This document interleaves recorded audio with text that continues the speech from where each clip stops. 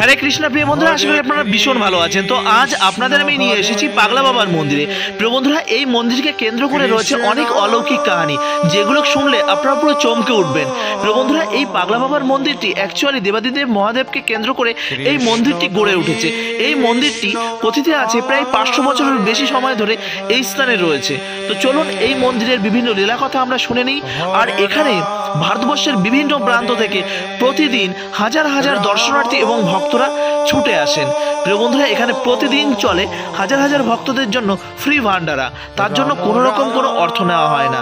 প্রিয় বন্ধুরা, দেখতেই পাচ্ছেন এটি হচ্ছে সেই পাগলা বাবার মন্দির। এই মন্দিরটি আপনারা দেখতেই পাচ্ছেন চারিদিকে রয়েছে প্রাকৃতিক সৌন্দর্যে পরিপূর্ণ। আর আমরা এসেছি শ্রীরাম মায়াপুর ইস্কন মন্দির থেকে এই স্থানে আপনারা কেমনভাবে আসবেন শ্রীরাম মায়াপুর থেকে, সেটিও আপনাদের এই ভিডিওর মধ্যে উল্লেখ করে দেবো, যাতে আপনাদের আসতে কোনো রকম কোনো প্রবলেম না হয়। তো চলুন এই মন্দির সংক্রান্ত আগে বিস্তারিত তথ্য আমরা জেনে নিই। তো দেখতেই পাচ্ছেন এখানে সাধারণত সহজিয়ারা আসেন। কেননা সহজিয়া কেন বলছি, কারণ যারা ভগবানকে সহজে প্রাপ্তি করতে চায় তাদেরকে বলা হচ্ছে সহজিয়া। তো এখানে দেবাদিদেব মহাদেবের কাছে এই সমস্ত ভক্তদের মানত থাকে। মানত কেমন, এটি আপনারা অতি সহজে বুঝতে পারবেন, কারণ আপনারা বিভিন্ন সময় এটি আপনারা করে থাকেন। বিভিন্ন মন্দিরে গিয়ে আপনারা 10 টাকা দিয়ে বলেন, হে ভগবান আমার জন্য এই মনের কামনা পূর্ণ হয়, দিচ্ছি 10 টাকা, ভগবানের কাছে যাচ্ছি কোটি টাকা। প্রিয় বন্ধুরা, এই স্থানে এসে এমন দুজন মানুষের সঙ্গে দেখা হলো যাদের বাড়ি আমাদের গ্রামের বাড়ির কাছে। আর এনারা হচ্ছে একটি ঠাম্মি এবং একটি কাকিমা। এনাদের সঙ্গে অনেকদিন পর দেখা হয়ে আমার ভীষণ ভালো লেগেছিল।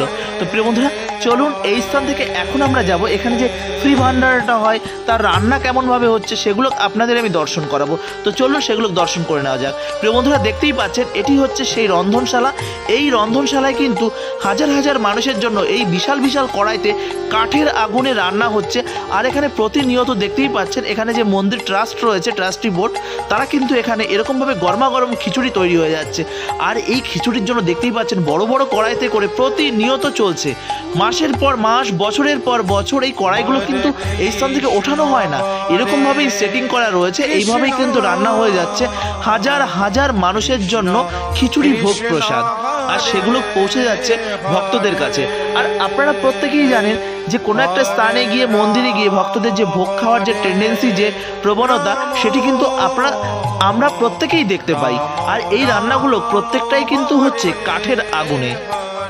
যাই হোক, আমরা এখন দেখব এখানে যে মেলাটি আছে এবং তাছাড়া যেখানে বসে প্রসাদ খাচ্ছে সেগুলোকেও আপনাদের দর্শন করাবো।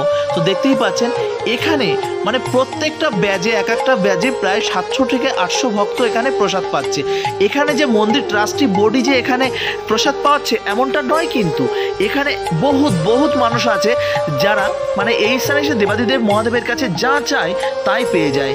যাদের সন্তান নেই তারা সন্তান পেয়ে যায়।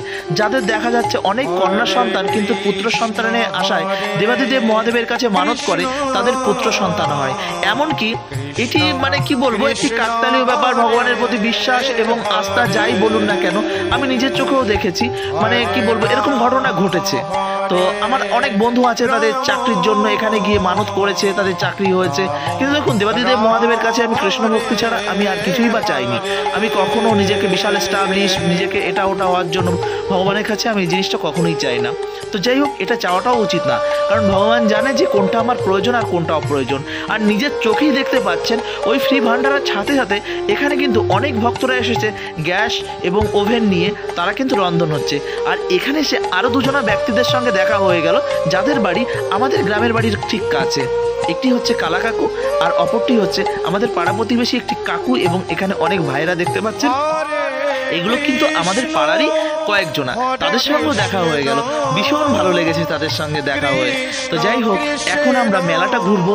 আর মেলাটা মেলা তো মিলন ক্ষেত্র, আর মেলার প্রতি ভালোবাসা এবং ফিলিংস আমাদের বাঙালিদের ভীষণভাবে আছে। অন্য অন্য স্টেটে বা অন্য অন্য জায়গায় এই মেলার প্রতি আগ্রহটা কতটা আছে জানি না, কিন্তু বাঙালিদের সঙ্গে মেলার একটি আত্মিক সম্পর্ক রয়েছে। মেলা মানেই মিলন ক্ষেত্র, আর এই মিলন ক্ষেত্রে বিভিন্ন জাতি বর্ণ বিভিন্ন মানুষ আসে, আর প্রত্যেকে যেন মিলেমিশে একাকার হয়ে যায়। আর মেলা আমার ভীষণ ভালো লাগে। তার জন্য আমরা যখন এই মেলার নাম শুনি তখন টুক করে মনটা যেন টানে যে যাই না একটু মেলা থেকে ঘুরে আসি। কিন্তু এই যে মেলাটায় এসেছি, এই মেলাটা কিন্তু পাগলা বাবার পাগলাখালির মেলা। এই মেলাটি সারাদিন চলবে, কিন্তু সন্ধ্যার পর এই মেলার এখানে কিন্তু কেউ থাকবে না। এটি এখানকার মাহাত্ম্য। কারণ কথিতে আছে এবং আমি শুনেছি এই মেলায় মানে অনেকেই চেয়েছিল যে যারা একটু সাহস দেখিয়ে এই মেলাতে তারা থাকতে চেয়েছিল। তো প্রিয় বন্ধুরা, তার পরিণতি কিন্তু হয়েছিল ভয়ঙ্কর। কারণ তার পরের দিন তাদের মৃতদেহ না হলে তারা প্রতিবন্ধী বোবা হয়ে গেছে, এমন ঘটনা শোনা গেছে। তো যাই হোক, এমন সাহস কিন্তু আপনারা দেখাবেন না। তো এই মেলাতে এসে আপনারা কিন্তু এমন কিছু ব্যক্তিত্বকে দেখতে পাবেন। তো এরা আপনারা দেখবেন দেবাদিদেব মহাদেবের নামে তারা গাঁজা সেবন করছে। দয়া করে এদেরকে আপনারা কেউ সাপোর্ট করবেন না। তো চলুন এবার আমরা জেনে নিই এই মেলাতে আপনারা কেমনভাবে আসবেন। আপনারা তো প্রত্যেকেই চাইছেন যে এতক্ষণ ধরে আপনি বকবক করে যাচ্ছেন এই মেলায় কেমনভাবে আসবো, সেটা তো বলছেন না। প্রিয় বন্ধুরা, এখন আপনাদের বলবো এই মেলাতে আপনারা কেমনভাবে আসবেন। ধরুন আপনি ট্রেনে করে আসছেন, কোথা থেকে আসছেন? কলকাতা থেকে। এবার ধরুন শিয়ালদা স্টেশন থেকে আপনারা যে কোনো ট্রেন বলা ভুল, যেগুলো গেদেগামী মানে গেদে লোকাল আপনাকে ধরতে হবে। এবার আপনি গেদে লোকাল ধরলেন, আপনাকে নামতে হবে মাঝদিয়া স্টেশনে। তাহলে কোথায় নামতে হবে? মাঝদিয়া স্টেশনে। মাঝদিয়া স্টেশন থেকে নেমে আপনাকে কি করতে হবে? আপনাকে কারোর কাছে জিজ্ঞাসা করে নিতে হবে স্টেশন থেকেই যে দাদা আমি পাগলাখালির মন্দিরে যাব। তো কেমনভাবে যাব সে কিন্তু আপনাকে বলে দেবে যে আপনি ওই সাইডে গিয়ে টোটো বা অটো ধরে নিন। বুঝতে পারলেন? তাহলে আপনাকে স্টেশন থেকে নামার আগে ওখানে লোকাল যে দোকানগুলো আছে তাদের কাছে জিজ্ঞেস করবেন পাগলাখালি মন্দিরে যাব, তারা আপনাদের কিন্তু বুঝিয়ে দেবে। আপনারা অটো ধরবেন বা টোটো ধরবেন, অটো ধরাটাই বেটার, অল্প টাইমের মধ্যে আপনারা পৌঁছাতে পারবেন। টোটো ধরলে একটু সময় লেগে যাবে আপনাদের। তাহলে অটো ধরে আপনাকে কিন্তু নামাবে এই পাগলাখালি মন্দিরের যে একটি জলাশয়ের অপোজিট সাইডে। সেখান থেকে বাসের সাঁকো করে আপনাকে পায়ে হেঁটে এই মন্দিরে আসতে হবে। টাইম লাগবে 5 থেকে 10 মিনিট। আর আপনারা যদি চান যে নৌকা সহযোগে আমি বলবো নৌকা সহযোগে আপনারা আসতে পারেন। তাহলে কি হয়, এখানে যারা লোকাল বাসিন্দা রয়েছে, যারা মাঝি রয়েছে, তারা হত দরিদ্র, তাদের সামান্য 10টা টাকা তাদের হয়।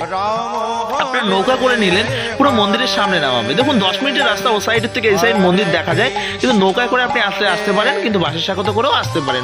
বাসের সাঁকোতে করে আসার জন্য কোনো টাকা লাগবে না। এবার ধরুন আপনি বাসে করে আসছেন, তাহলে বাসে করে কোথা থেকে আসছেন? বাসে করে আপনি কৃষ্ণনগর থেকে আপনাকে যে কোনো স্টেশন মানে থেকে আপনাকে কৃষ্ণনগর বাস স্ট্যান্ডে আসতে হবে। কৃষ্ণনগর বাস স্ট্যান্ডে এসে আপনাকে মাঝদিয়া আসতে হবে। মাঝদিয়া আপনি যখন বাসে উঠবেন তখন আপনি বাসে যে কন্ডাক্টর থাকবে তাকে বলবেন আমি পাগলাখালি মন্দিরে যাব, আমাকে সঠিক স্থানে নামিয়ে দেবেন। তো তারা আপনাকে সঠিক স্থানে নামিয়ে দেবে। তারপর সেই স্থান থেকে আপনি অটো ধরবেন, অটো ধরে সেম একই রুট। তাহলে বুঝতে পারলেন কেমনভাবে আসবেন। মোটামুটি আপনি যে স্থান থেকে আসুন না কেন, আপনাকে গেদে লোকাল ধরে মাঝদিয়া স্টেশনে নামতেই হবে। সে আপনি মানে যদি শান্তিপুর হয়, ফুলিয়া হয়, যে স্থান থেকে হোক, আপনাকে রানাঘাট ভায়া হয়ে গেদে লোকাল ধরে আপনাকে মাঝদিয়া নামতে হচ্ছে। গেদে লোকাল আপনাকে ধরতেই হবে। আর এই স্থান থেকে দর্শন করলেন, দর্শন করে আবার সেম রুট দিয়ে আপনারা বাড়ি যাবেন। আর মায়াপুর থেকে আসাটা একটু মানে কষ্টসাধ্য। আপনারা যারা মায়াপুর থেকে স্থানে আসতে চান তাদের আপনাকে ওই একই প্রসেস, হুলোর ঘাট থেকে স্বরূপগঞ্জ ঘাটে আসতে হবে। সেখান থেকে অটো ধরতে হবে। অটো ধরে আপনাকে বাস স্ট্যান্ডে আসতে হবে। বাস স্ট্যান্ড থেকে আপনাকে মাঝদিয়ার বাস ধরতে হবে, ধরে আপনাকে এই স্থানে আসতে হবে। প্রিয় বন্ধুরা, তাহলে বুঝতে পারলেন এই মন্দিরে কেমনভাবে আপনারা আসবেন। সবথেকে ভালো গাড়ি বুক করে আসা, যদি আপনারা এইখানে ভালোভাবে ঘুরতে চান। কারণ এখান থেকে তো আবার বাড়িতে ফিরতে হবে, আবার সেম রুট ধরে আপনারা বাড়িতে ফিরতে হতে পারে। তো প্রিয় বন্ধুরা, ভালো থাকুন, সুস্থ থাকুন, আর এইভাবে আমাদের সঙ্গে জুড়ে থাকুন, যাতে মায়াপুর ব্লগ, মায়াপুর তথা ভারতবর্ষের বিভিন্ন প্রান্তে সুন্দর সুন্দর আপডেট আপনাদের সামনে তুলে ধরতে পারে। শুধু এই স্থানে পাগলা বাবার মন্দির নয়, এখানে রয়েছে ওয়েস্ট বেঙ্গলের মধ্যে সবথেকে বৃহত্তম এখানে যে বট গাছ মানে বটবৃক্ষ, যার গোড়া খুঁজে পাওয়া মুশকিল হয়েছে, মানে খুঁজেই আপনি পাবেন না। বিশাল এরিয়া নিয়ে বট গাছ। আরও একটি কথা, ইন্টারন্যাশনাল বর্ডারটি আপনি দর্শন করতে পারবেন যখন আপনি এই স্থান থেকে বাড়ি যাবেন। বাড়ি যাওয়ার পথে আপনারা ইন্টারন্যাশনাল বর্ডারটা দর্শন করে যাবেন। মাঝদিয়া স্টেশনে যাবেন, স্টেশন থেকে গেদে স্টেশনে যাবেন। মানে মাঝদিয়া স্টেশন থেকে 2-3টে স্টেশন পর মাঝদিয়া, বানপুর, হরিশনগর, গেদে, মানে অল্প টাইম, মানে 10-15 মিনিটের রাস্তা আপনারা ইন্টারন্যাশনাল বর্ডারটা দেখে আসবেন, যেখান দিয়ে বাংলাদেশ যায়। আর আপনারা জানেন যেখান দিয়ে মৈত্রী এক্সপ্রেস যেটি বাংলাদেশে পৌঁছে যায়, তো সেই রুটটাও আপনারা দেখতে পারবেন। ওটা একটা ইন্টারন্যাশনাল বর্ডার, যেখান দিয়ে মানে পুরো ট্রেন রুট বাংলাদেশের সঙ্গে যুক্ত হয়েছে, সেটি আপনারা কিন্তু দেখে আসতে পারবেন। তাহলে একই সঙ্গে কিন্তু আপনারা অনেক জায়গা দর্শন করতে পারবেন। আরও রয়েছে শিবনিবাস, যেখানে এশিয়া মহাদেশের মধ্যে দ্বিতীয় বৃহত্তম শিবলিঙ্গ রয়েছে, সেটিও কিন্তু আপনারা দর্শন করতে পারবেন এই একই প্যাকেজের সঙ্গে।